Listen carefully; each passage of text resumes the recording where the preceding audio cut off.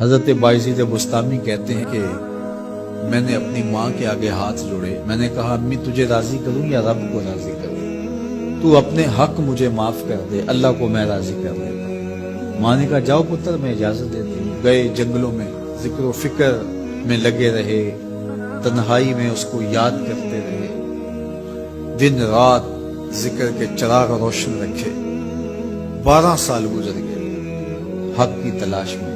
ایک دن واپس بستام کے قریب سے گزر رہے تھے، خیال آیا چلتے چلتے ماں کو سلام کر دروازے کو دستک دینے لگے تو اس خیال نے ہاتھ روک لیا کہ ساری زندگی ماں کو سکھ تو دیا کوئی، اب دکھ بھی کیوں دینے لگے؟ رات کا ایک پہر بیت گیا ہے، سردیوں کی لمبی رات ہے، ماں بستر میں لیٹی ہوگی، تیرے لیے اٹھے گی، دروازہ کھولے گی، دروازے کے ساتھ ہی لگ کے بیٹھ گئی اور ساری رات کاٹ دی، اس خیال سے کہ ماں کو تکلیف نہ ہو۔ جب سحری کا وقت ہوا تو اندر سے جو نالی آتی تھی اس نالی سے پانی آیا، سمجھ گئے میری ماں تہجد کے لیے اٹھی ہے اور وضو کا پانی ہے، تو فوراً دروازے پہ دستک دی۔ اندر سے آواز آئی بیٹا باعزید میں بھی آئی۔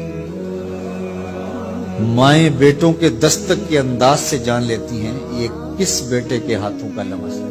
12 سال کے بعد آئی، دستک دی، کہا بیٹا باعزید میں بھی آئی۔ ماں کی تو نگاہیں ہی دروازے پہ رہتی ہیں۔ اللہ اکبر۔ کہتے ہیں کہ ماں نے دروازہ کھولا، 12 سال جنگلوں کی خاک چھانتے بیت گئی تھی، پراگندہ صورت، بکھرے ہوئے بال، پھٹے ہوئے کپڑے۔ میری ماں کی جب نگاہ میرے پہ پڑی تو اس کی چشمان سے موٹے موٹے آنسو ٹپکنے لگے اور اس نے ایسے ہاتھ پھیلا کے کہا مالک میرا بیٹا باعزید تیری طلب میں نکلا تھا، تو نے ابھی تک اسے اپنا قرب نہیں دیا۔ حضرت باعزید بستامی کہتے ہیں 12 سال کی ریاستوں سے جو کچھ نہیں ملا تھا ماں کے اٹھے ہوئے ہاتھوں سے مل گیا۔ میں نے کہا مالک میں تجھے کہاں ڈھونڈ رہا ہوں، تو کہاں موجود؟ تو ماں باپ کی رضا اللہ کی رضا کا دروازہ کھولتی ہے۔ جن لوگوں کے ماں باپ ناراض ہیں اور وہ جا کے پیر صاحب کی خدمت کرتے ہیں اور میاں ماں کے قدم چومو، باپ کی ٹانگیں دباؤ، ان کی خدمت کرو، تمہارے پہلے مرشد وہ ہیں، ان کو راضی کرو، پھر کسی شیخ کامل کی صحبت میں آنا، دیکھو کیسے دل کی بند کھڑکیاں کھلتی ہیں۔ ایک مرشد تو ناراض کر رہا ہے اور دوسرے مرشد سے تمہیں کیا ملے گا؟ تو راستہ یہیں سے کھلے گا۔ والدین کو کبھی ناراض نہ کرو، والدین کو کبھی دکھ نہ دو، والدین کو کبھی تکلیف نہ پہنچاؤ، اور والدین کو بھی چاہیے کہ اپنی اولاد کو اپنا نافرمان نہ بنائے۔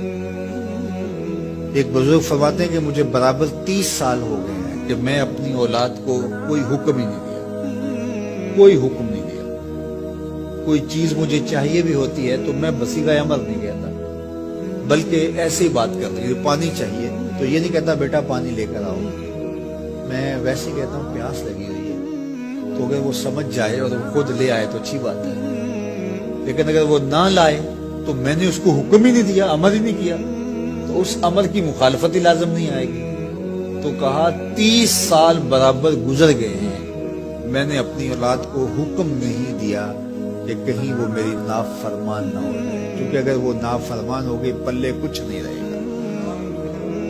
جو اولاد ماں باپ کی نافرمان ہوتی ہے وہ ہوا میں بھی اڑے، وہ چرخ پہ بھی جھولے، وہ زمین پہ گرنے والی ہوتی ہے، کبھی کامیاب نہیں ہو سکتی وہ اولادیں جو ماں باپ کی گستاخ، بے ادب اور نافرمان ہوتی ہیں۔ وہی اولادیں سرخرو، کامیاب اور کامگار اور بامراد ہوتی ہیں جو ماں باپ کی خدمت کرتی ہیں، ماں باپ کی دعائیں لیتی ہیں۔ وہ ایک بچہ ماں باپ کے پاؤں دبا رہا تھا تو ایک بچہ ایک بر اعظم میں، دوسرے بر اعظم میں، تیسرے بر اعظم میں بڑے بڑے کاروبار کر رہا تھا، تو کوئی اس کا دوست ملنے آیا، اس نے کہا کہ اس نکمے کو بھی کہیں بھیج دو، فلاں جو ہے وہ یورپ میں ہے، فلاں امریکہ میں ہے، وہاں اتنی بڑی کمپنی اس نے کھولی ہوئی ہے، اس نکمے کو یہاں بٹھایا، اس کو بھیج دو، یہ تو نکمہ کسی کام کا نہیں۔ کہا یہ نکمہ ہی تو میرے کام آ رہا ہے، یہ نکمہ ہی تو میرے کام آ رہا ہے۔ تو اولاد خوش نصیب ہے کہ اپنے ماں باپ کی خدمت کرے، اور ان کے ساتھ حسن سلوک کرے۔